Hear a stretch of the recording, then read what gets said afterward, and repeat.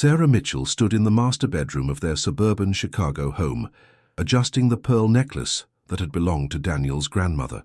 The October afternoon light filtered through the cream curtains, casting a warm glow across the hardwood floors she had spent months refinishing. Tonight was supposed to be perfect, their 10th wedding anniversary celebration at the Palmer House Hotel, the same place Daniel had proposed. She caught her reflection in the antique mirror they had bought together at a weekend market in Lake Geneva. At 34, Sarah still possessed the same warm brown eyes and gentle smile that had captured Daniel's attention at Northwestern University. Her auburn hair fell in soft waves past her shoulders, and the emerald dress she had chosen brought out the flecks of green in her eyes. The house around her reflected years of careful planning and shared dreams. The exposed brick in the living room, the farmhouse kitchen with its marble countertops, the reading nook by the bay window where she spent Sunday mornings with her coffee and novels. Every detail had been chosen together, or so she had believed. Daniel's voice echoed from downstairs, animated as he spoke on the phone. She could hear fragments of his conversation through the floorboards, something about quarterly reports and client meetings. He had been working late more frequently, claiming that his architectural firm was expanding into new markets. Sarah had supported him through the long hours, understanding that success required sacrifice. She walked to the window and gazed at the empty space in their 3-car garage, where her 1969 Mustang Boss 429 had once lived. The cherry-red paint had gleamed under the garage lights, and the sound of that engine had never failed to make her smile. It had been her father's car, passed down to her when he died 5 years ago. More than a vehicle, it was a connection to weekend drives through Wisconsin countryside, teaching her about engines and life in equal measure. Just temporary, Daniel had explained 3 weeks ago when she questioned its absence. I had to move it to a secure facility while we get the garage door repaired. The explanation had seemed reasonable then. The door had been acting up, and Daniel handled most of their home maintenance decisions. Her phone buzzed with a text from her sister Emma. "Can't wait to hear about tonight. You two deserve this celebration." Sarah smiled, remembering Emma's excitement when she had described their anniversary plans. Daniel had reserved the penthouse suite, arranged for dinner at their favorite restaurant, and promised her a surprise that would make this anniversary unforgettable. The front door opened with its familiar creak, and Daniel's footsteps bounded up the stairs 2 at a time. He appeared in the doorway, tall and broad-shouldered in his navy suit, his sandy hair perfectly styled. At 36, he maintained the confident presence that had made him successful in his career and attractive to Sarah all those years ago. "You look incredible," he said, crossing the room to kiss her cheek. His cologne was different, more expensive than his usual choice. "Ready for the best night of our lives?" Sarah noticed something else different about him. His watch was new, a Rolex Submariner that probably cost more than most people's cars. When she complimented it, he shrugged casually. "Client gift. You know how these developers are. They like to show appreciation." They drove downtown in Daniel's BMW, taking Lakeshore Drive as the sun began to set over Lake Michigan. The Chicago skyline rose before them, magnificent in the golden hour light. Sarah reached over to touch Daniel's hand on the steering wheel, feeling grateful for this moment of connection, after weeks of feeling like ships passing in the night. "Remember our first anniversary?" she asked, watching the familiar landmarks pass by. "We couldn't afford anything fancy, so we had takeout Chinese food and watched movies in that tiny apartment." Daniel squeezed her hand. "Look how far we've come. Tonight is about celebrating everything we've built together." The Palmer House Hotel bustled with Friday evening energy. Business people hurried through the ornate lobby, while tourists marveled at the elaborate ceiling frescoes. Daniel had indeed reserved the penthouse suite, and Sarah gasped when they entered the luxurious space with its panoramic view of the city. Dinner at a Linnea exceeded even her high expectations.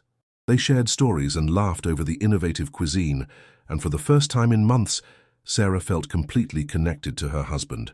The wine flowed, conversation came easily, and the weight of recent tensions seemed to lift. Back in their suite, as Sarah touched up her makeup in the marble bathroom, she heard Daniel's phone buzzing repeatedly on the nightstand. Through the partially open door, she watched him check the messages, his expression shifting from relaxed to concerned to something she couldn't quite identify. "Work emergency?" she called out, applying fresh lipstick. "Nothing that can't wait until Monday," he replied. but his voice carried a tension that hadn't been there during dinner. When she emerged from the bathroom, Daniel was standing by the window, looking out at the city lights. His reflection in the glass showed a man lost in thought, his jaw clenched in the way it did when he was wrestling with a difficult decision. "Everything all right?" Sarah asked, moving to stand beside him. He turned and pulled her into his arms. Perfect. Absolutely perfect. But as he held her, Sarah noticed his hands trembling slightly against her back. The evening continued, with all the romance Daniel had promised. They danced to soft music from his phone, shared champagne on the balcony despite the October chill, and made love with a passion that reminded Sarah why she had fallen for him in the first place. Yet beneath the surface perfection, she sensed an undercurrent of urgency in Daniel's attention, as if he were trying to memorize every moment. As she fell asleep in his arms, listening to the distant sounds of the city below, Sarah felt a contentment she hadn't experienced in months. Whatever challenges their marriage had faced recently, tonight proved they could still find their way back to each other. She had no way of knowing that in 12 hours, everything she believed about their life together would shatter like glass against concrete, and the man sleeping beside her would reveal himself to be a stranger wearing her husband's face. Sarah woke to the smell of coffee and the sound of Daniel moving quietly around the suite. Sunlight streamed through the floor-to-ceiling windows, painting geometric patterns across the Egyptian cotton sheets. For a moment, she allowed herself to luxuriate in the afterglow of their perfect evening, feeling more connected to her husband than she had in months. "Good morning, beautiful," Daniel said, appearing with 2 cups of coffee and that boyish smile that had first attracted her at a campus coffee shop 15 years ago. He was already dressed in jeans and a sweater, looking relaxed in a way she rarely saw anymore. "What time is it?" Sarah asked, stretching languidly. "Almost 9. I thought we could have breakfast in bed, then maybe walk along the lake before we head home." He sat on the edge of the bed, running his fingers through her hair. "Last night was incredible, Sarah. I needed that reminder of what we have together." Something in his phrasing struck her as odd, not what they were building or what they shared, but what they had, as if it were already past tense. But the coffee was perfect, and Daniel's attention was focused entirely on her, so she pushed the thought away. They spent the morning like tourists in their own city, walking hand in hand along the lakefront trail, sharing stories and inside jokes that had accumulated over a decade of marriage. Daniel bought her flowers from a street vendor, and they sat on a bench watching sailboats navigate the choppy waters of Lake Michigan. "I love you, Sarah," he said suddenly, his voice carrying an intensity that made her turn to study his profile. "Whatever happens, I need you to remember that everything I've done has been for us, for our future." "Daniel, you're scaring me a little. What's going on?" He pulled her closer, kissing the top of her head. "Nothing's going on. I just want to make sure you know how much you mean to me." The drive home was quiet, each lost in their own thoughts. Sarah noticed Daniel checking his phone at red lights, his jaw tightening each time. When she asked about it, he claimed it was work. Always work these days. Their house in Lincoln Park looked different somehow as they pulled into the driveway. Sarah couldn't pinpoint what had changed, but something felt off. The autumn flowers in her carefully tended garden seemed wilted despite the mild weather, and the porch light they always left on was dark. Inside, Daniel immediately disappeared into his home office, claiming he needed to catch up on emails. Sarah unpacked their overnight bag, still wrapped in the warmth of their anniversary celebration, but gradually becoming aware of small details that didn't fit. The mail on the kitchen counter included several bills she didn't recognize, credit card statements for accounts she had never seen. Daniel handled most of their finances, claiming his business background made him better suited for it, but Sarah had always assumed she knew about their major accounts. Curiosity overcoming her usual respect for his privacy, she opened one of the statements. The charges made her stomach drop. Expensive restaurants she had never been to, jewelry stores, a travel agency, all in the past month. The total was more than her annual salary as a graphic designer. Her hands shaking, she opened the second statement. More of the same: luxury hotels, high-end boutiques, spa treatments. The dates coincided with Daniel's recent business trips, the ones where he claimed to be working 18-hour days to secure new clients. The third statement was the worst. A charge from Tiffany & Co. for $23,000, dated just 2 weeks ago, the same day Daniel had told her he couldn't afford to fix her car's transmission and suggested they sell it instead. Sarah sank into a kitchen chair, the statements scattered before her like evidence of a crime she was only beginning to understand. Every charge told a story of deception, of a parallel life her husband had been living while she planned their anniversary dinner and worried about their budget. Daniel's voice carried from his office, and she realized he was on a call. Moving quietly, she crept closer to listen. "I know, baby, I know," he was saying, his voice soft with an intimacy that made Sarah's chest tighten. The weekend was torture, pretending everything was normal. But after tonight, we won't have to hide anymore. Sarah pressed herself against the wall, her heart hammering so loudly she was sure it would give her away. "The lawyer says the papers will be ready Monday morning. I'll tell her then after she's had time to process the anniversary. It'll be easier that way." A pause. "Of course I love you, Victoria. Why do you think I'm doing all this?" Victoria. Sarah's mind raced through Daniel's colleagues, clients, anyone he might have mentioned with that name. Then she remembered. Victoria Chen, the interior designer who had worked on Daniel's office renovation 6 months ago. Tall, elegant, with the kind of sophisticated style Sarah had always admired but never quite achieved. "The car money will cover your trip to Napa next week," Daniel continued. "I promise, this will all be over soon and we can start our real life together." The car money. Sarah's knees nearly gave out as the final piece clicked into place. Her father's Mustang, the car that connected her to cherished memories and represented her only significant inheritance, had been sold to fund his mistress's vacation. She managed to make it back to the kitchen before her legs completely failed her. Sitting in the chair where they had shared countless meals and conversations about their future, Sarah stared at the credit card statements that documented the systematic destruction of her marriage. Daniel emerged from his office 20 minutes later, his face composed in the mask of the devoted husband. "Sorry about that, sweetheart. Crisis with the Morrison project." He moved to the refrigerator, pulling out ingredients for lunch. "How about I make us those omelets you love?" Sarah watched him work, this man who had shared her bed for 10 years, who knew exactly how she liked her eggs and that she always added hot sauce to her omelet. He hummed softly as he cooked, the same tune he always hummed when he was happy. Everything about the scene was achingly familiar and completely false. "Daniel," she said quietly, "where exactly is my car?" His hand stilled on the whisk. "I told you it's in storage while I want to see it. Sarah, we talked about this.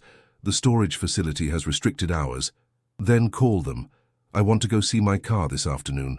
He turned to face her, and for just a moment she saw something flicker across his features. Panic, calculation, resignation. Then the mask slipped back into place. "Of course, honey.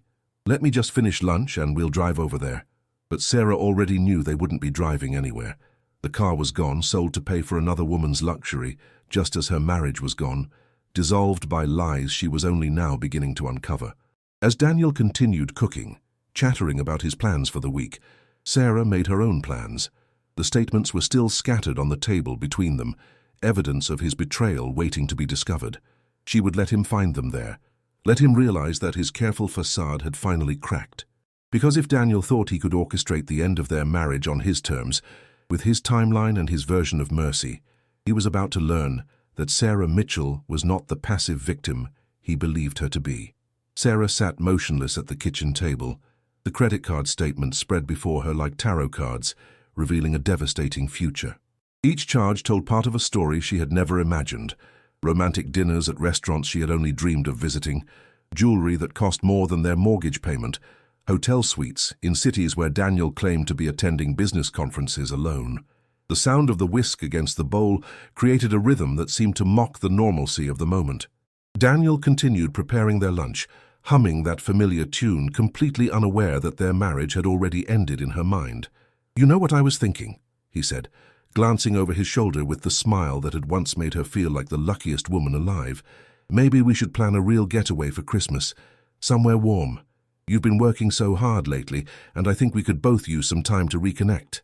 The irony was so sharp, it physically hurt.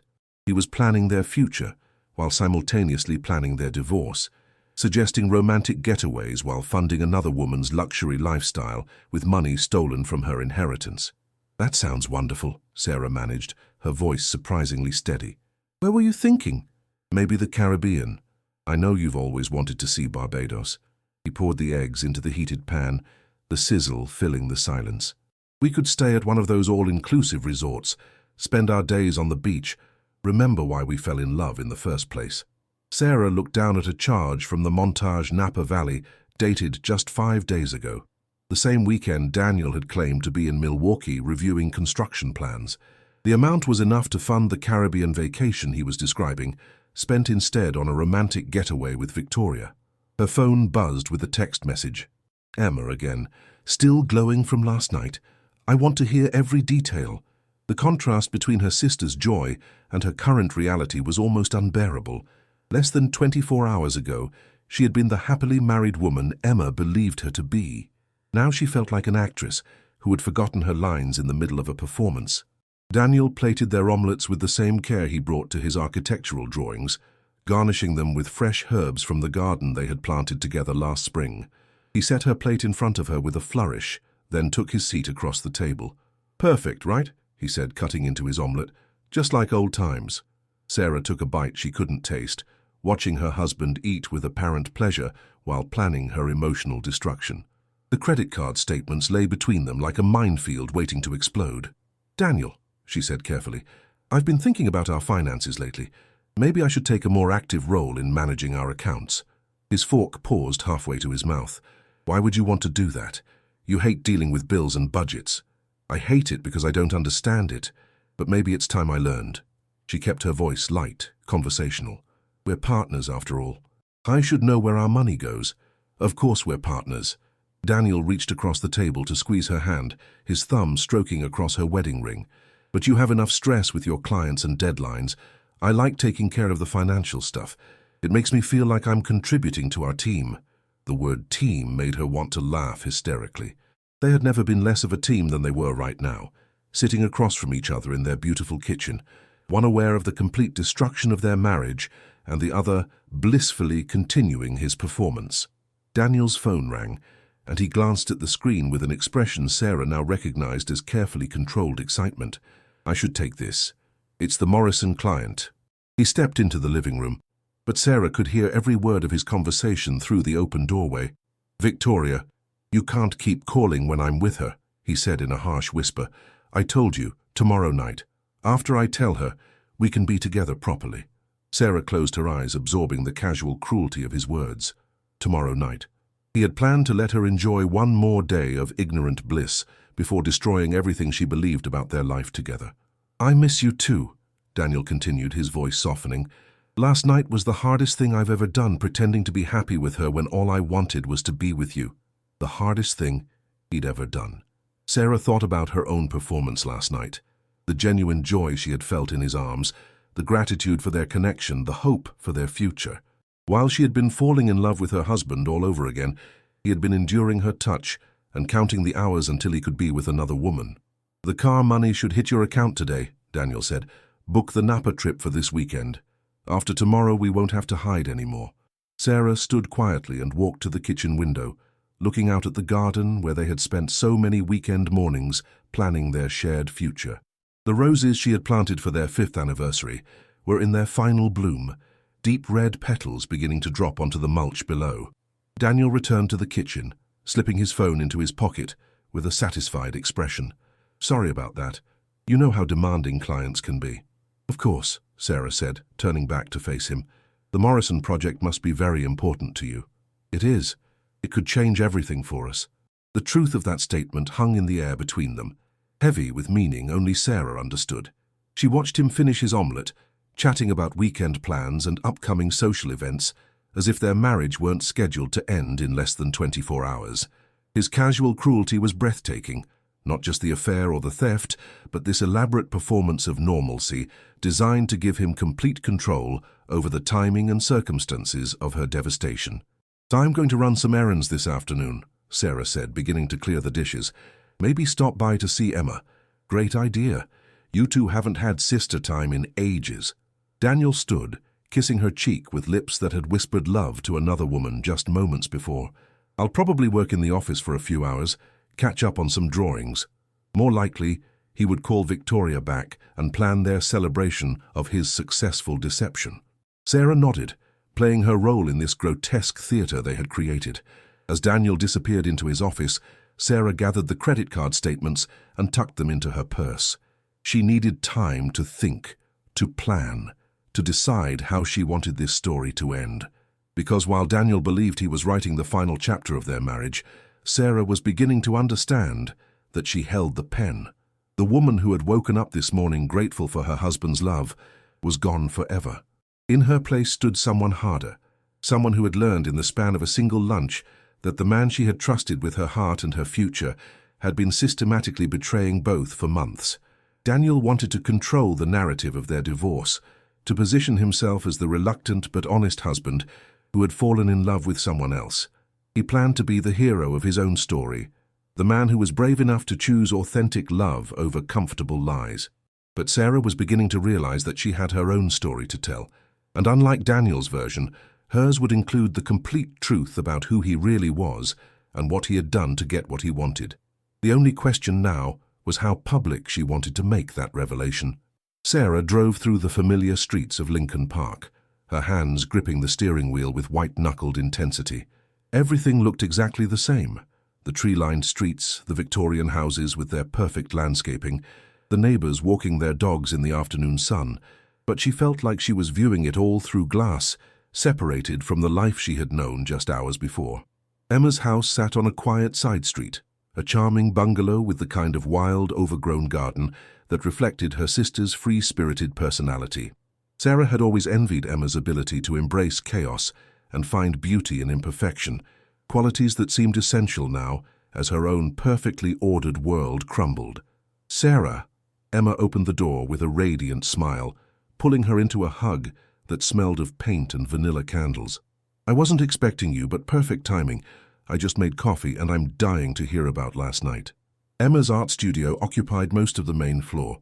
Canvases propped against every available surface, brushes soaking in coffee cans, paint tubes scattered across tables like colorful evidence of creative explosion. It was the opposite of Sarah's meticulously organized home, and today that felt like a refuge. "So tell me everything," Emma said, settling into her paint-stained armchair with a steaming mug. "Was it as romantic as you hoped? Did Daniel surprise you?"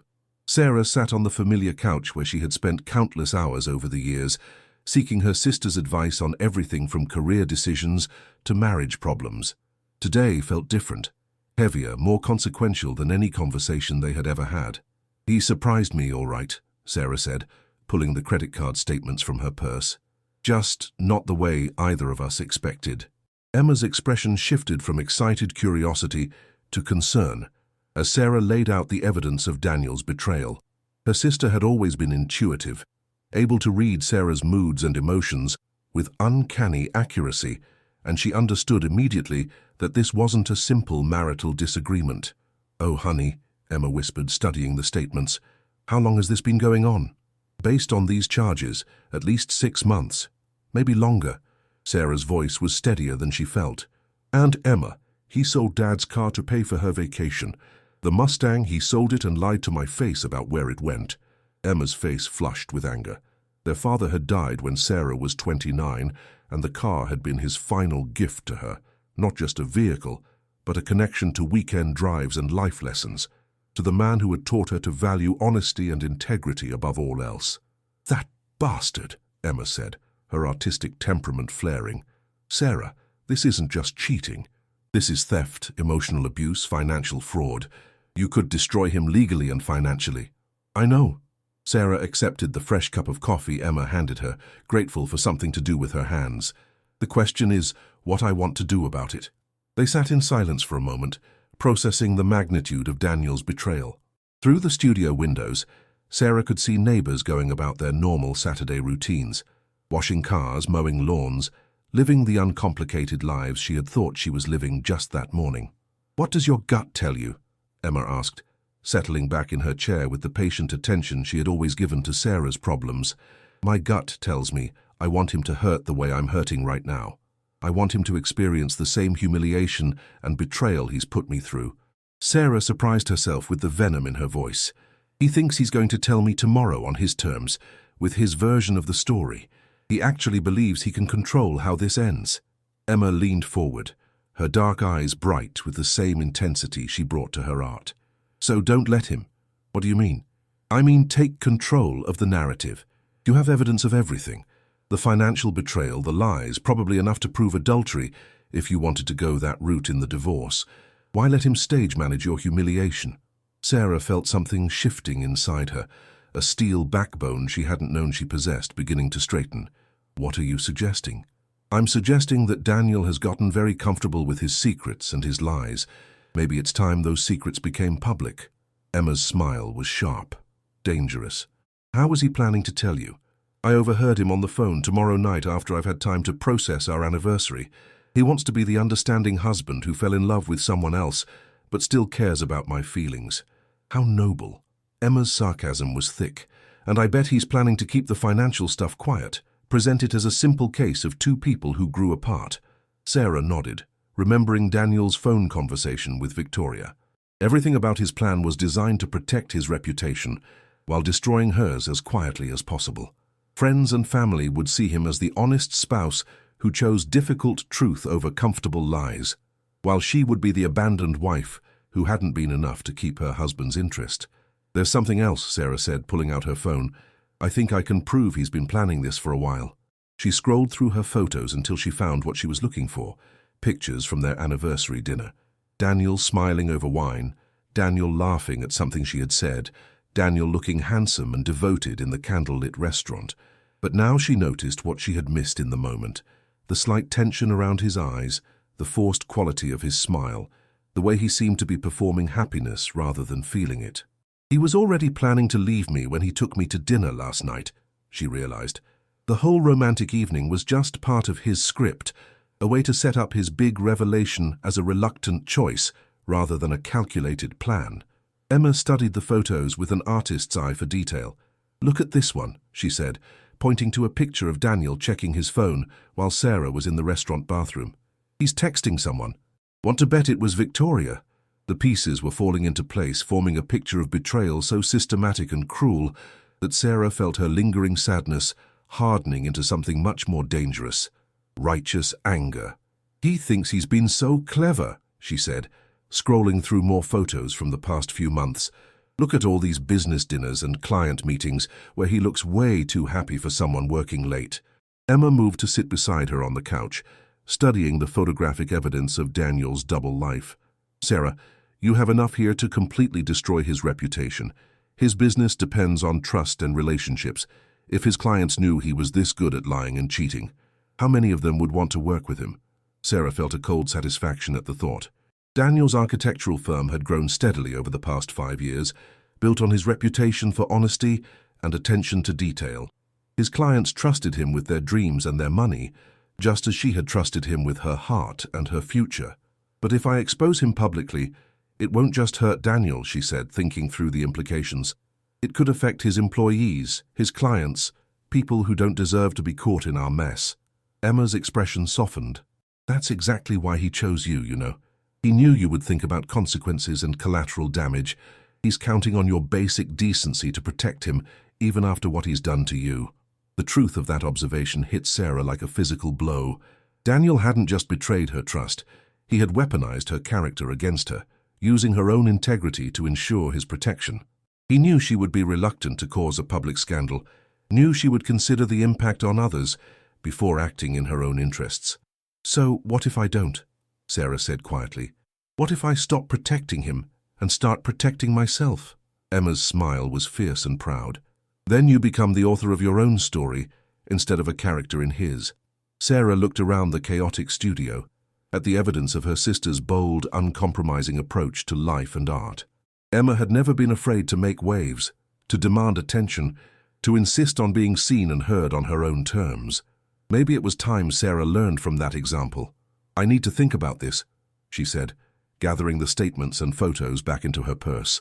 But Emma, I think you're right. I think it's time Daniel learned that actions have consequences. Whatever you decide, I'm here, Emma said, squeezing her hand.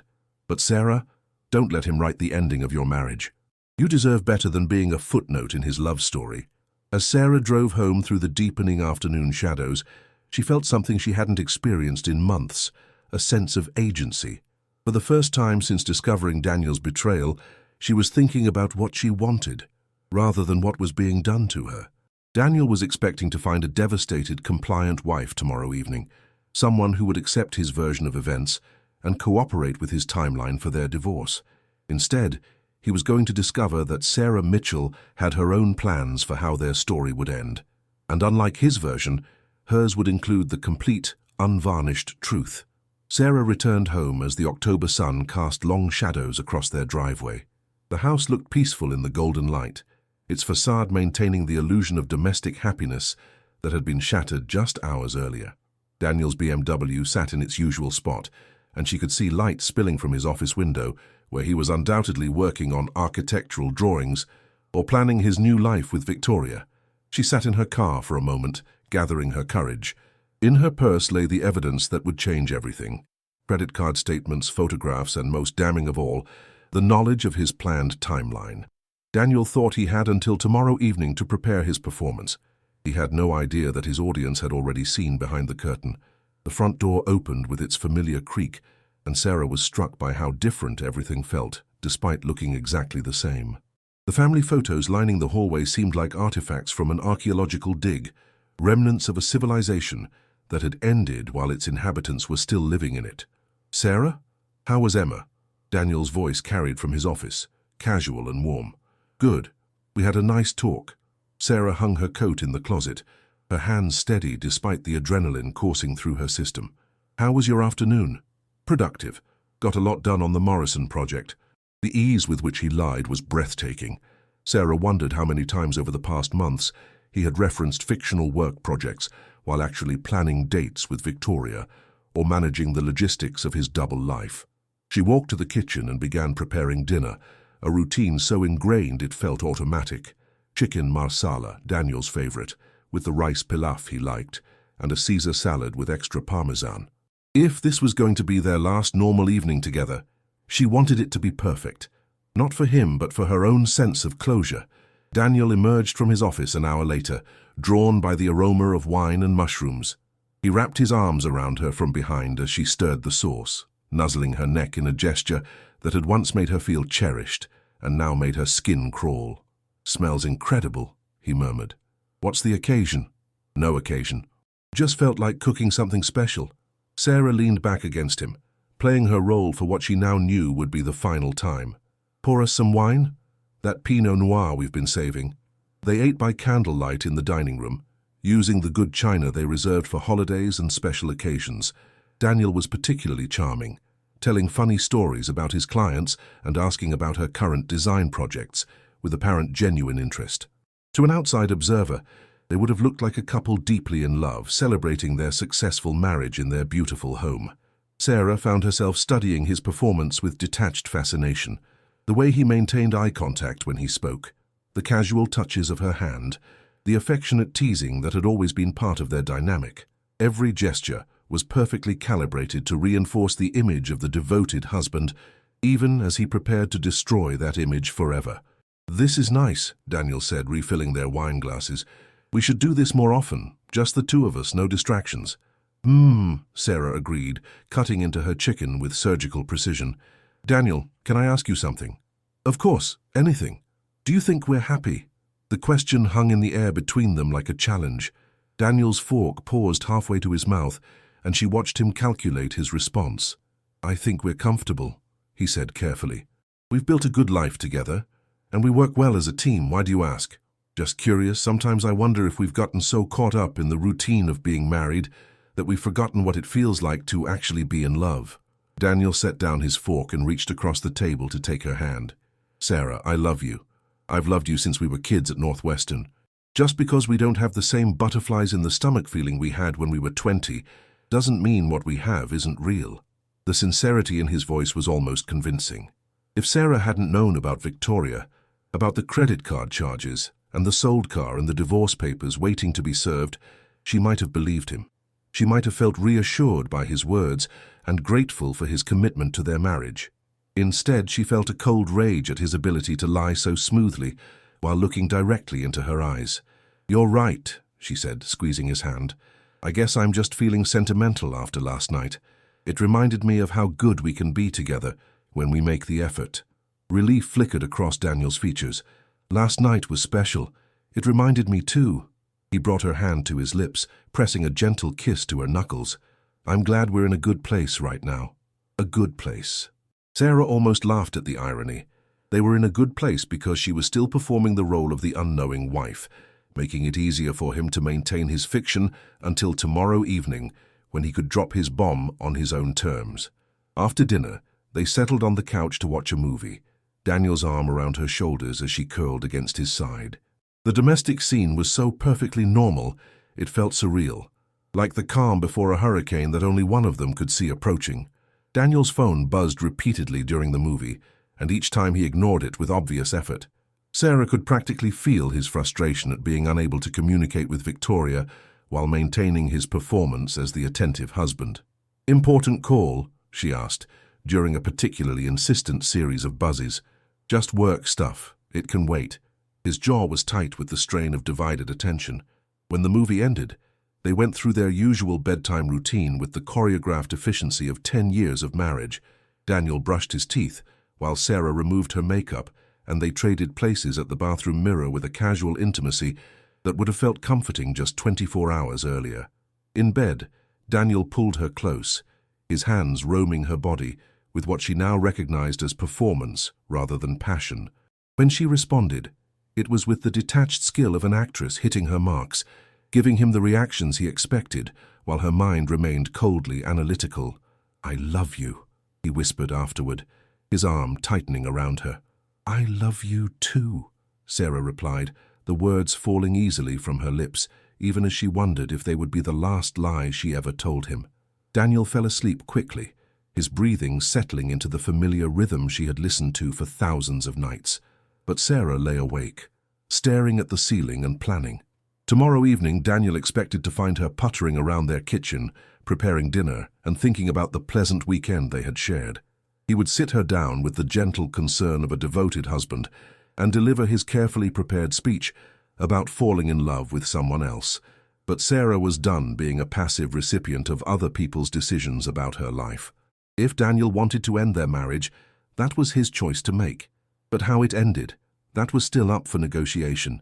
She thought about the credit card statements in her purse, about the photos on her phone, about the recording app she had downloaded while at Emma's house. Daniel had made the mistake of believing his own performance, assuming that his lies were so convincing that she would never question them. Tomorrow evening, he would discover just how wrong he had been. Sarah closed her eyes and began to plan exactly how she wanted their final scene to play out. Daniel thought he was directing this story, but he was about to learn that his wife had some surprises of her own.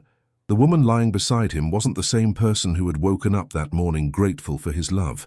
That woman was gone forever, replaced by someone harder, smarter, and infinitely more dangerous than Daniel had ever imagined. He wanted to control the narrative of their divorce. Fine. But Sarah was going to make sure it was a story he would never forget. Sunday morning arrived with the kind of crisp October weather that had always made Sarah feel hopeful about new beginnings. Sunlight streamed through their bedroom windows, illuminating the dust motes that danced in the air like tiny possibilities. For a moment, lying in the warmth of their shared bed, she could almost pretend that yesterday's revelations had been a nightmare. Then Daniel stirred beside her, and reality crashed back with devastating clarity. "Morning, beautiful," he murmured, pressing a kiss to her shoulder. His voice carried the lazy contentment of a man who believed his secrets were still safe, his plans still on track. "Good morning." Sarah stretched, playing the role of the satisfied wife one last time. "Coffee? That sounds perfect. I'll make it. You stay here and be lazy for once." As Daniel padded downstairs in his pajama pants, Sarah reached for her phone and opened the recording app she had installed yesterday. Her hands were steady as she set it to record and placed it on her nightstand, disguised among the books and tissues that always cluttered the surface. Daniel returned with 2 steaming mugs and the Sunday Tribune, settling back into bed with the comfortable routine of a decade.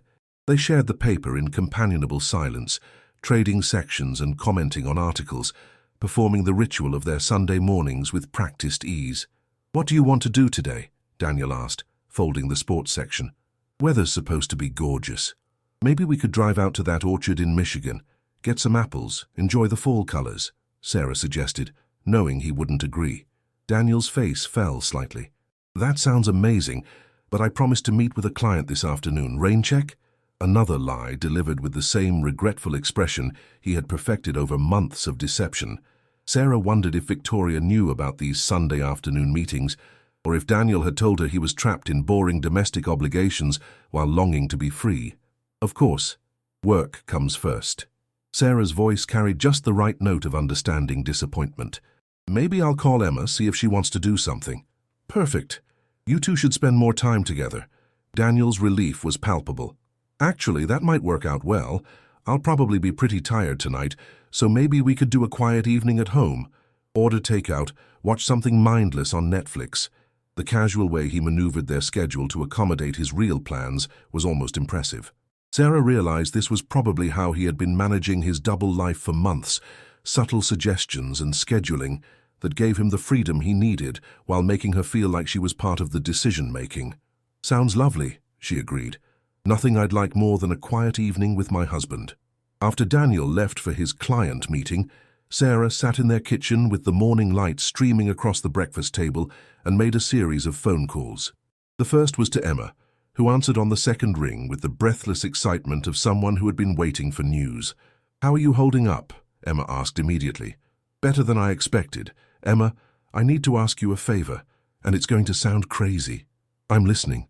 Sarah outlined her plan, watching through the kitchen window as their neighbor walked his golden retriever past their perfectly maintained garden. Everything looked so normal, so peaceful, that it was hard to believe her life was about to implode in spectacular fashion. "Sarah, that's brilliant," Emma said when she finished. "Risky as hell, but brilliant. Are you sure you want to do this? Once you pull this trigger, there's no going back. I'm sure he thinks he gets to control how this story ends, but I'm done letting other people write my narrative." The second call was to her friend Jennifer, a family law attorney who had handled several messy divorces for their social circle.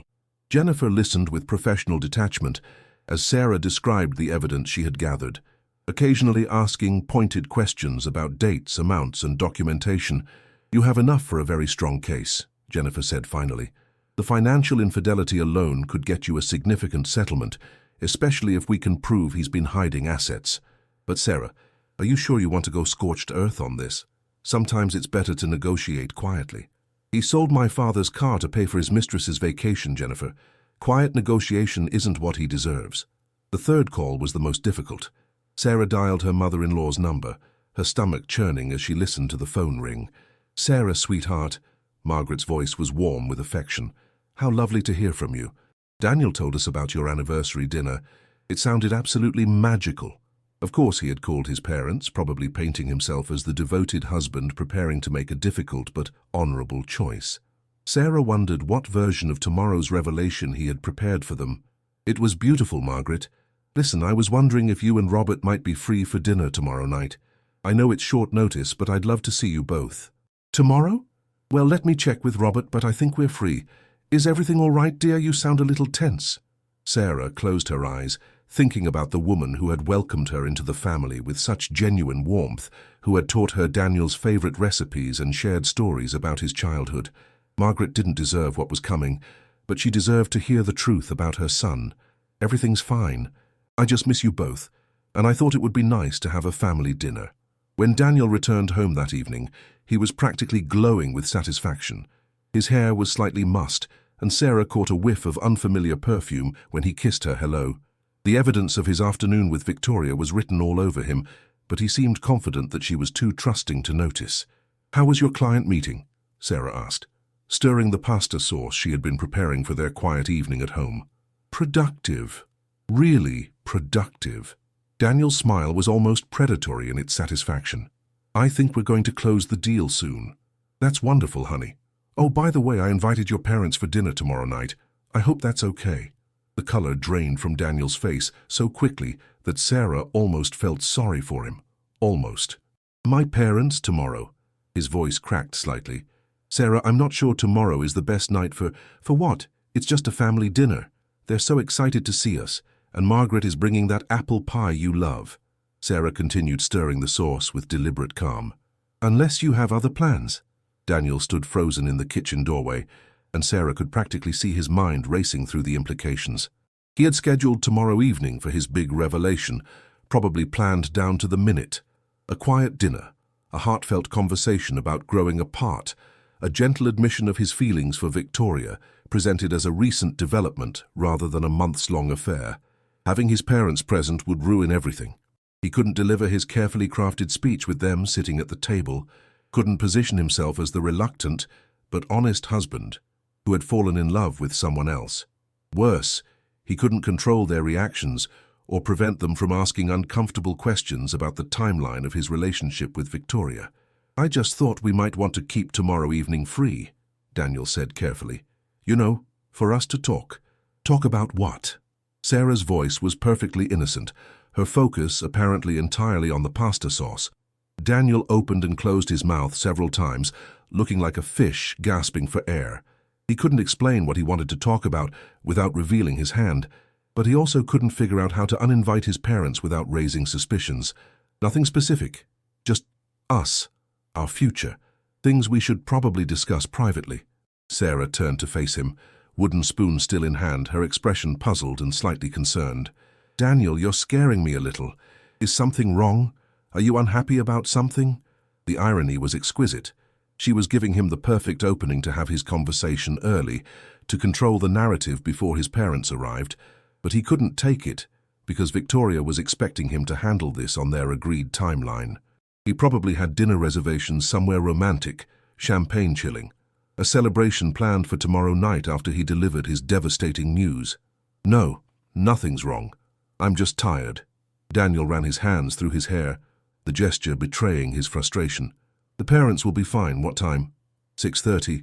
"I thought we'd do that herb-crusted salmon you and your dad both love, with the roasted vegetables from the garden."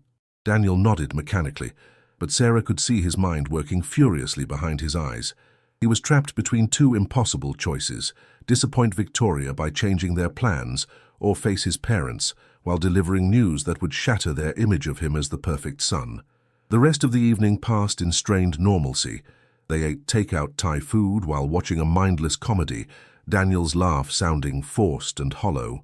He checked his phone obsessively, no doubt fielding increasingly frantic messages from Victoria as he tried to explain why their celebration would need to be postponed. When they went to bed, Daniel was unusually quiet, staring at the ceiling while Sarah pretended to read. She could feel the tension radiating from his body, the weight of his carefully constructed plans falling apart. "Sarah," he said suddenly, his voice cutting through the darkness. "Do you ever think about what you'd do if something happened to us? To our marriage, I mean." Sarah set down her book and turned to look at him. In the dim light from her reading lamp, his face looked haggard, older than his 36 years. "What kind of something?" she asked quietly. "I don't know. What if one of us changed? What if we grew apart? Or if one of us realized we weren't happy anymore?" The question hung between them like a loaded gun. Sarah could hear the desperation in his voice, the need to test the waters before tomorrow's planned revelation. He was trying to gauge her reaction, to see if she might make his confession easier by admitting to her own unhappiness first. "I guess I'd hope we could work through it," she said finally. "Marriage is supposed to be about facing problems together, isn't it? For better or worse and all that." Daniel's silence stretched on for so long that Sarah wondered if he had fallen asleep. Then he spoke again, his voice barely above a whisper. "What if working through it wasn't possible? What if the problem was too big to fix?" Sarah reached over and touched his hand, feeling him flinch slightly at the contact. "Then I'd want honesty. Complete honesty, no matter how much it hurt. I'd rather know the truth than live in a comfortable lie." Daniel's hand trembled under hers. "Even if the truth destroyed everything?" "Especially then. The truth is the only foundation you can build a real life on, Daniel. Everything else is just pretending." When Daniel finally fell asleep an hour later, his breathing was ragged with stress. But Sarah lay awake, her mind crystal clear and her resolve absolute. Tomorrow evening would indeed bring complete honesty, just not the way Daniel had planned. He thought he could control the revelation of his betrayal, package it in gentle language, and present it as a mature decision made by two adults who had grown apart. But Sarah had her own version of the truth to share, complete with documentation, evidence, and witnesses who would ensure that Daniel's careful narrative crumbled under the weight of reality. The woman who had discovered his affair just 2 days ago might have been devastated and compliant, But the woman lying beside him now was someone entirely different, someone who had learned that survival sometimes required becoming the kind of person you never thought you could be. Daniel wanted honesty. Tomorrow night, he was going to get more honesty than he had ever bargained for. Monday evening arrived with the crisp efficiency of a theatrical curtain rising. Sarah had spent the day preparing for what she privately thought of as the final performance, transforming their dining room into a stage set for Daniel's destruction. The good china gleamed under the chandelier, fresh flowers from her garden adorned the table, and the aroma of herb-crusted salmon filled the house with the illusion of domestic perfection. Margaret and Robert arrived promptly at 6:30, Margaret carrying her famous apple pie, and Robert bearing a bottle of wine from their recent trip to California. They looked exactly as they always did, Margaret elegant in her cardigan and pearls, Robert distinguished with his silver hair and warm smile. They had no idea they were about to witness the demolition of everything they believed about their son's marriage. "Sarah, darling, you look lovely," Margaret said, embracing her with genuine warmth. "And this house always feels so welcoming. You and Daniel have created such a beautiful home together." The compliment hit like a physical blow. Sarah had to swallow hard before she could respond with appropriate grace. In a few hours, Margaret would understand that the beautiful home was built on a foundation of lies, and the son she was so proud of had been systematically betraying the woman she considered a daughter. Daniel appeared from his office, his smile carefully calibrated to suggest a man happy to see his parents, but slightly preoccupied with work concerns. He had been on the phone most of the afternoon, no doubt trying to manage Victoria's disappointment at their postponed celebration while maintaining his cover story about client emergencies. "Dad, Mom, great to see you." Daniel hugged his parents with what appeared to be genuine affection, and Sarah wondered if he felt any guilt about what his revelations would do to them. Did he consider how his actions would shatter not just his marriage, but his parents' faith in the man they had raised? Dinner conversation flowed with the easy rhythm of family familiarity. Robert shared stories about his retirement activities, Margaret updated them on neighborhood gossip, and Daniel performed the role of the successful architect and devoted son with practiced skill. To an outside observer, they would have looked like the perfect American family, prosperous, happy, secure in their bonds of love and loyalty. Sarah played her part flawlessly, the gracious hostess who delighted in bringing her family together. She refilled wine glasses, asked follow-up questions about Margaret's book club, and laughed at Robert's gentle teasing about Daniel's childhood mishaps. Only someone watching very carefully would have noticed the recording app running on her phone, carefully positioned near her water glass. "This salmon is incredible, dear," Margaret said, savoring another bite. "You'll have to give me the recipe." "It's actually Daniel's recipe," Sarah replied, smiling at her husband across the table. "He's always been such a wonderful cook, so thoughtful about making things special for the people he loves." Daniel's fork paused halfway to his mouth, and Sarah saw him register the subtle emphasis on her words. She was reminding him of his own capacity for thoughtfulness, setting up a contrast that would make his betrayal even more shocking when it was revealed. "Daniel's always been considerate that way," Robert agreed, reaching over to pat his son's shoulder. "Even as a boy, he thought about other people's feelings. Remember when he was 8 and saved his allowance for 3 months to buy you those earrings for Mother's Day, Margaret?" "I still have them," Margaret said, her eyes soft with maternal pride. "They're not expensive, but they mean everything to me because of the love behind them." The conversation continued in this vein, with Daniel's parents unknowingly providing a catalogue of his childhood virtues, his honesty, his loyalty, his consideration for others. Each anecdote felt like another nail in the coffin of the man sitting across from Sarah, the man who had sold her inheritance to fund his affair. As Sarah served dessert, Margaret began talking about their recent anniversary. 42 years this month," she said, reaching for Robert's hand. "People always ask us what the secret is, and I tell them it's simple. You choose each other every day. Marriage isn't just about the feelings you have in the beginning. It's about deciding over and over again that this person is worth your commitment." Daniel shifted uncomfortably in his chair, and Sarah could see sweat beading on his forehead despite the comfortable temperature. His parents' casual discussion of marital commitment was making his planned betrayal even more difficult to justify. "That's beautiful, Mom," he said, his voice slightly strained. "But what if two people change in ways that make them incompatible? What if staying together would make them both miserable?" Margaret and Robert exchanged a look that spoke of decades of shared understanding. "Oh, sweetheart, every marriage goes through rough patches," Margaret said gently. "Your father and I had some very difficult years. Remember when the business almost failed, Robert?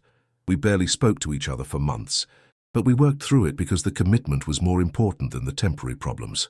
Sometimes the rough patches are what make you stronger," Robert added. "They teach you what really matters, who you can count on when things get hard." Daniel's hands were trembling now, and Sarah could see him struggling with the weight of his parents' expectations. They had raised him to value commitment and integrity, and their casual assumption that he shared those values was making his confession exponentially more difficult. "But what if it's not just a rough patch?" Daniel pressed, his voice growing desperate. "What if someone realizes they've made a fundamental mistake, that they're living the wrong life with the wrong person?" The question hung in the air like smoke from a fire that hadn't yet been detected. Margaret's smile faltered slightly, and Robert leaned back in his chair with the careful attention of a man sensing undercurrents he didn't fully understand. "Daniel," Margaret said carefully, "is everything all right between you and Sarah? You both seem a little tense tonight." This was the moment Sarah had been waiting for. She reached across the table and took Daniel's hand, looking at him with what appeared to be loving concern. "Actually, Margaret, Daniel has something he wants to share with all of us," she said, her voice gentle but implacable. "Don't you, honey? About the changes you've been going through, the realizations you've been having about our marriage." Daniel's eyes widened in panic. This wasn't how he had planned to handle the revelation. He had wanted to speak to Sarah privately first, to control the narrative and the timing. Having his parents witness his confession would make it impossible to present himself as the reluctant but honest husband who had simply grown apart from his wife. "Sarah, I don't think this is the right time." "No, I think it's the perfect time," Sarah interrupted, her grip tightening on his hand. "We're family, and family should be honest with each other. Isn't that what you taught him, Margaret? The importance of honesty and integrity." Margaret's face had gone pale, her maternal instincts clearly sensing disaster approaching. "Perhaps we should go. Let you two talk privately." "Please don't go," Sarah said firmly. "I think it's important that you hear this. Daniel has been keeping secrets from all of us, and it's time for the truth to come out." Daniel looked like a trapped animal, his eyes darting between his wife and his parents as he calculated his rapidly diminishing options. He could try to deny everything, but Sarah's certainty suggested she had evidence. He could attempt to minimize his actions, but the recording device he didn't know about would capture every word. Or he could confess everything and hope for mercy he didn't deserve. "Daniel," Robert said quietly, his voice carrying the authority of a father who had raised his son to be better than whatever was about to be revealed. "What is Sarah talking about?" The silence stretched between them, broken only by the ticking of the antique clock they had received as a wedding gift. Outside, the October wind rattled the windows of their beautiful home, the home that would never feel the same after tonight. Daniel opened his mouth to speak, then closed it again, paralyzed by the impossibility of his situation. He had planned this conversation so carefully, scripted every word to minimize his culpability and maximize Sarah's compliance. But Sarah had rewritten the script, and now he was performing without lines in front of the most important audience of his life. "I'm waiting," Sarah said softly, her voice carrying a steel core that Daniel had never heard before. "We're all waiting for your complete honesty, Daniel. Isn't that what you promised me?" And in that moment, Daniel finally understood that his wife was no longer the naive, trusting woman he had married. The woman sitting across from him was someone entirely different, someone who had learned to fight back. The revelation was coming, but not the way he had planned.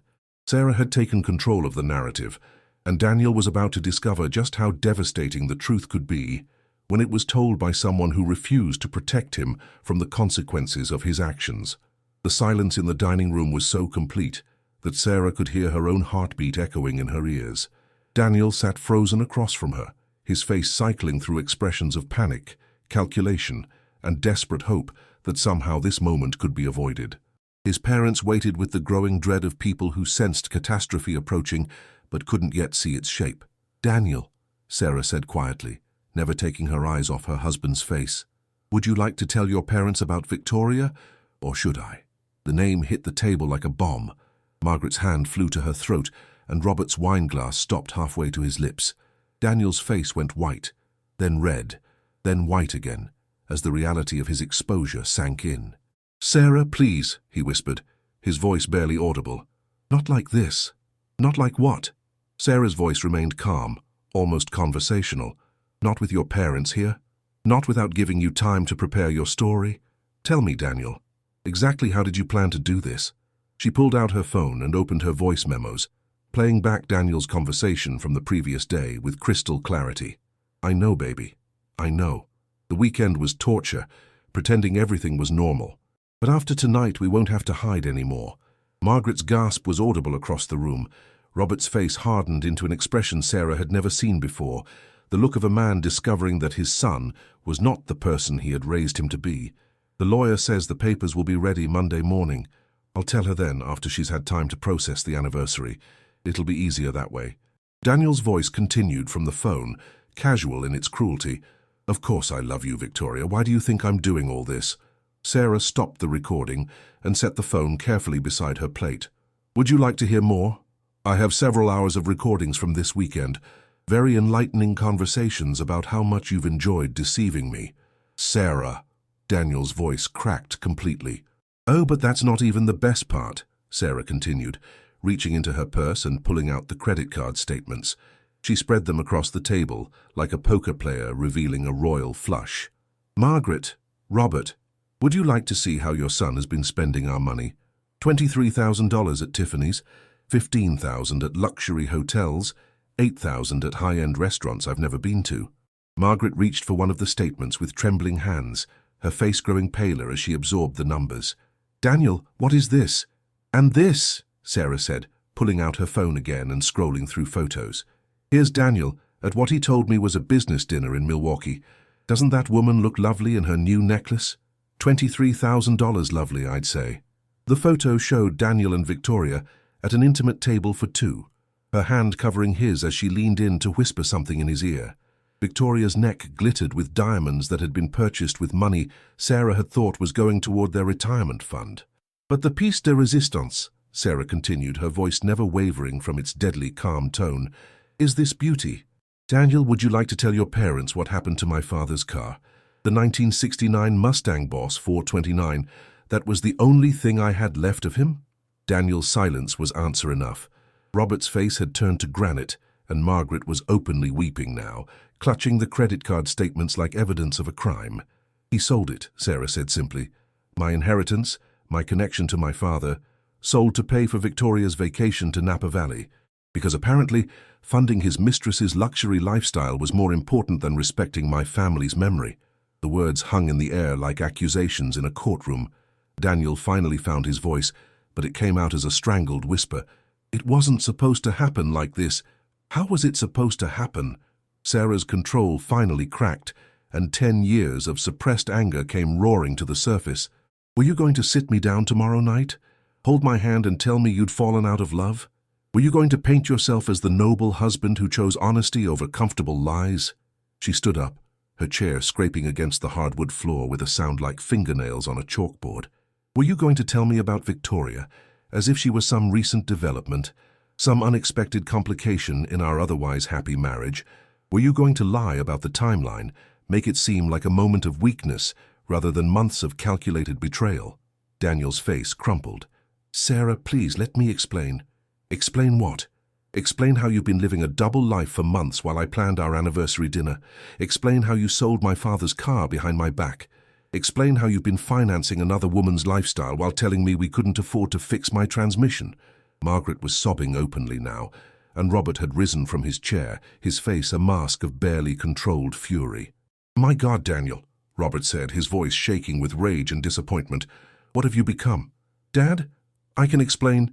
"Explain what? Explain how you turned into a liar and a thief? Explain how you betrayed the woman who's loved you for 15 years? Robert's voice rose with each word. "Your mother and I raised you better than this." Sarah moved to the window, looking out at the garden where she and Daniel had planted their dreams, along with the roses. The October wind was stripping the last leaves from the oak tree they had climbed together when they first bought the house, when they were young and believed in forever. "The worst part," she said, her back still to the room, "isn't even the affair. It's the calculation. The systematic way you've been deceiving me while planning my humiliation. You didn't fall in love with someone else, Daniel. You chose to betray everything we built together, and you did it with the kind of cold planning that shows exactly who you really are." She turned back to face the room, and her husband flinched at the look in her eyes. "I would have forgiven an affair," she said quietly. "If you had come to me 6 months ago, if you had been honest about falling out of love, if you had shown me even basic respect as a human being, I would have let you go with dignity. But this systematic theft and deception while you pretended to love me, this is unforgivable." Daniel was crying now, great heaving sobs that shook his entire body. "Sarah, I'm sorry, I'm so sorry. I never meant for it to go this far. You sold my father's car, Daniel. You stole my inheritance to pay for your mistress's vacation, and you lied to my face about where it went. You meant for it to go exactly this far." Margaret had stopped crying and was staring at her son with a look of dawning horror. "Daniel, tell me she's wrong. Tell me you didn't do these things." But Daniel couldn't meet his mother's eyes, couldn't summon even one more lie to add to the mountain he had already built. The silence stretched between them until Robert finally spoke, his voice heavy with a grief Sarah recognized, the grief of losing someone who was still sitting right in front of you. "We should go," he said to Margaret, helping her to her feet. "This family needs to deal with this privately." As they prepared to leave, Margaret turned to Sarah with tears streaming down her face. "I'm so sorry, sweetheart. I'm so sorry for what he's done to you." After Daniel's parents left, the house felt cavernous and empty. Daniel sat at the dining table surrounded by the evidence of his betrayal, looking like a man who had finally run out of places to hide. "What happens now?" he asked, his voice hollow. Sarah looked at him, really looked at him, and tried to find some trace of the man she had fallen in love with 15 years ago. But that man was gone, if he had ever existed at all. "Now you call Victoria and tell her that her celebration is permanently cancelled," Sarah said. "Then you pack a bag and find somewhere else to stay while I figure out how to rebuild my life from the wreckage you've made of it." "Sarah, please, can we talk about this?" "We are done talking," she said, her voice final as a closing door. "You wanted honesty, Daniel. Here's some honesty for you. I don't know who you are anymore, and I don't want to." As Daniel climbed the stairs to pack his things, Sarah began clearing the dinner dishes, methodically washing away the evidence of their last meal as a family. Through the kitchen window, she could see the empty space in the garage where her father's car should have been, and she made a silent promise to find it, buy it back if she had to, reclaim that connection to the man who had taught her that integrity mattered more than comfort. The woman who had woken up that morning still playing the role of the devoted wife was gone forever. In her place stood someone harder, someone who had learned that sometimes the only way to survive betrayal was to ensure that it came with consequences. Daniel had wanted to control the story of their marriage's end. Instead, he had handed Sarah the pen, and she was going to write a conclusion he would never forget. 3 months later, Sarah sat in the kitchen of her new apartment, morning sunlight streaming through windows that belonged entirely to her. The space was smaller than the house she had shared with Daniel, but every item in it had been chosen by her, for her, without compromise or negotiation. The coffee mug in her hands bore the logo of her own graphic design firm, Sarah Mitchell Design, launched with the settlement money that Daniel's financial betrayal had ultimately provided. The divorce had been finalized the week before, a process made significantly easier by the mountain of evidence Sarah had gathered. Daniel's attempts to negotiate a quiet settlement had crumbled under the weight of documented financial fraud, and his high-powered attorney had ultimately advised him to accept Sarah's terms rather than face the public trial that would have destroyed what remained of his reputation. Emma knocked on the door at precisely 9 o'clock, carrying 2 cups from the coffee shop downstairs and a stack of design magazines. "How does it feel to be officially single?" Emma asked, settling into the chair across from Sarah's small kitchen table. "Like I can breathe again," Sarah said honestly. "Like I'm finally living in reality instead of someone else's elaborate fiction." The settlement had been generous, not just the money, but the satisfaction of watching Daniel face consequences for his actions. His architectural firm had lost 3 major clients when word of his personal conduct spread through Chicago's tight-knit professional community. Victoria had left him 6 weeks after the dinner party, apparently uninterested in a relationship that came with such public humiliation and financial complications. "Any word on the car?" Emma asked. Sarah smiled, pulling up a photo on her phone. "I found her last week. A collector in Wisconsin bought her from the dealer Daniel sold to. When I explained the situation, he agreed to sell her back to me at cost. The photo showed the cherry red Mustang sitting in a restored garage, waiting to come home. I pick her up this weekend. The phone call with the collector had been unexpectedly emotional. The man, a father himself, had been horrified to learn how the car had been sold and insisted on returning it at exactly what he had paid. Some things are more important than profit, he had told her, and Sarah had cried for the first time since the divorce papers were signed. Emma flipped through one of the design magazines, pausing at an article about successful women entrepreneurs. "You know what I'm proudest of," she said. "You didn't let his betrayal make you bitter. You could have spent the rest of your life angry, but instead you used it as fuel to build something better." Sarah considered this as she sipped her coffee. The past 3 months had been a process of rediscovering who she was when she wasn't defined by her relationship to Daniel. The woman she was becoming surprised her, stronger, more decisive, less willing to accept situations that didn't serve her. "I think I needed to learn that I could survive something like that," she said finally. "Not just the divorce, but having my entire understanding of my life turned upside down. It's terrifying at first, but then it's liberating." Her phone buzzed with a text from Jennifer, her attorney. "Daniel's business partner wants to meet about buying out his share of the firm, interested in being a silent investor." Sarah showed the message to Emma, who grinned wickedly. "Oh, that's poetic justice. His own partner wants to get rid of him. Apparently the scandal has been affecting their ability to win new contracts. Clean break benefits everyone." Sarah typed back her interest in learning more. The idea of owning a piece of the business Daniel had built with such pride appealed to her sense of symmetry. A knock at the door interrupted their conversation, and Sarah opened it to find a delivery man with an enormous bouquet of sunflowers. "Sarah Mitchell, that's me." The flowers came with a card from Margaret and Robert. "Congratulations on your new business. We're proud of the woman you've become and grateful you were part of our family, even if Daniel didn't deserve you." Sarah had been surprised by the ongoing support from Daniel's parents. Margaret called once a week, and they had invited her to Thanksgiving dinner, an invitation she was still considering. Their relationship with their son remained strained, and Sarah sometimes felt guilty about the role her revelations had played in that fracture. "They raised him to be better than what he became," Emma said, reading the card. "That's not your fault, and they know it." As they discussed Sarah's business plans and upcoming projects, the conversation was interrupted by another knock. This time, it was Sarah's neighbor from across the hall, Jake, a high school teacher who had helped her move in and occasionally borrowed coffee when he ran out. "Sorry to interrupt," he said, holding up an envelope. "This was delivered to my apartment by mistake." Jake was attractive in an understated way, with kind eyes and a smile that seemed genuinely pleased to see her. He had never asked personal questions about her divorce or shown romantic interest, but there was something comfortable about his presence that Sarah found appealing. "Would you like some coffee?" she heard herself asking. "Emma and I were just discussing my plans for world domination through graphic design." "World domination sounds fascinating," Jake said, accepting the cup Emma poured for him. "What's your strategy?"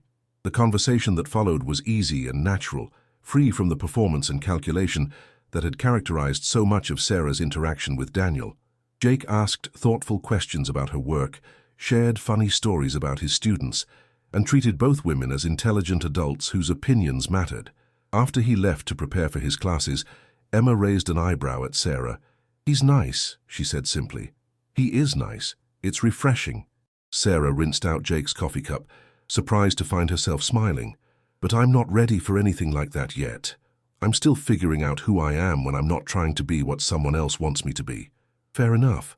But when you are ready, it might be good to start with someone who doesn't require you to perform happiness."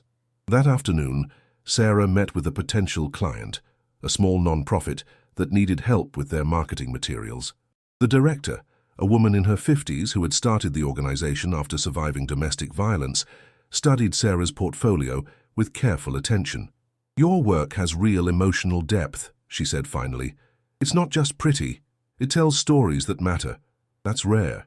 As they discussed the project, Sarah realized that her recent experiences had given her a different perspective on her work. She was no longer creating designs to please clients or fit market expectations, but to communicate authentic truths about the organizations and people she worked with. "I'd like to work with you," the director said as they conclude their meeting. But more than that, I'd like to refer other organizations to you. Women who are rebuilding their lives need to work with people who understand what that journey looks like. Driving home that evening, Sarah thought about the strange turns her life had taken. 6 months ago, she had been the wife of a successful architect, living in a beautiful house and believing in a future that was entirely fictional. Now she was a divorced entrepreneur, living alone and building something entirely her own. The transformation hadn't been easy. There had been nights when she cried herself to sleep, mornings when she woke up forgetting that Daniel was gone, moments when she questioned whether she had been too harsh in her response to his betrayal. But gradually, those moments had become fewer and farther between, replaced by a growing sense of confidence in her own judgment and capabilities. Her phone rang as she pulled into her parking space. The caller ID showed Daniel's number, something that still happened occasionally despite her requests that he communicate only through their attorneys. "Hello, Daniel." "Sarah." His voice sounded tired, older than she remembered. "I know I'm not supposed to call, but I needed to tell you something." She waited, neither encouraging nor discouraging him. "I found out that Victoria is engaged to someone she met 2 weeks after she left me." His laugh was bitter. "Turns out she was never interested in a future with me, just the lifestyle I could provide while it was convenient."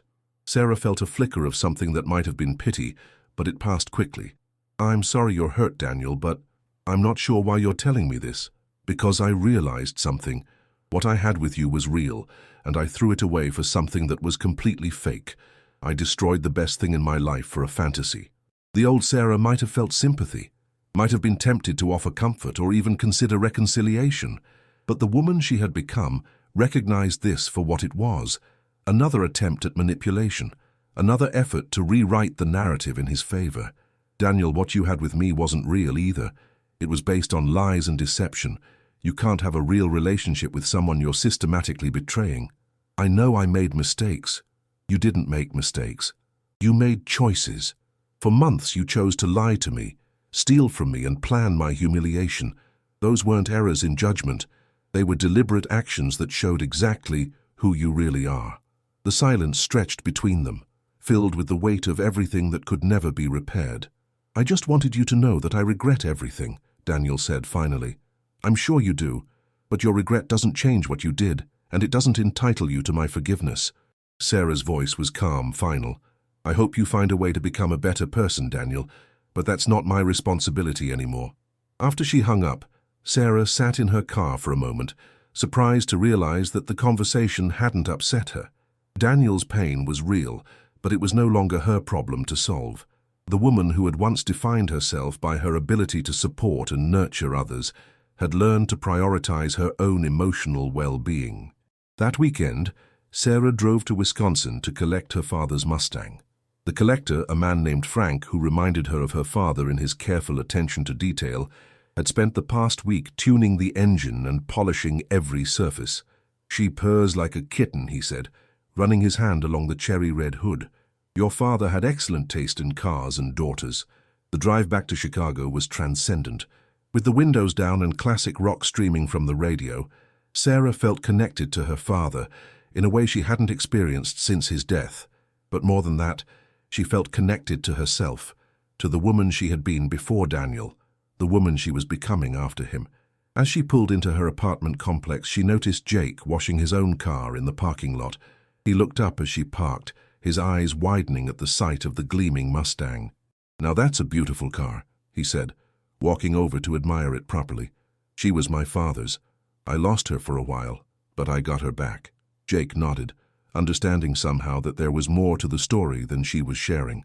Sometimes the things that matter most to us find their way back to us when we're ready for them. They stood together in the afternoon sunlight, two people who had learned that life rarely went according to plan, but could still surprise you with unexpected gifts.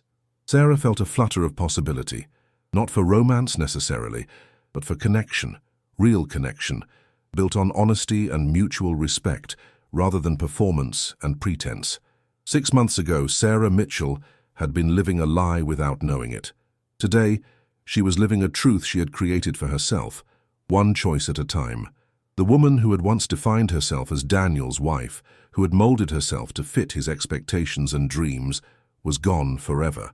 In her place stood someone stronger, someone who had learned that the only security worth having was the security that came from knowing yourself completely and refusing to accept anything less than you deserved. The Mustang's engine ticked as it cooled, a sound that reminded Sarah of her father's voice, explaining the mechanics of loyalty, integrity, and self-respect.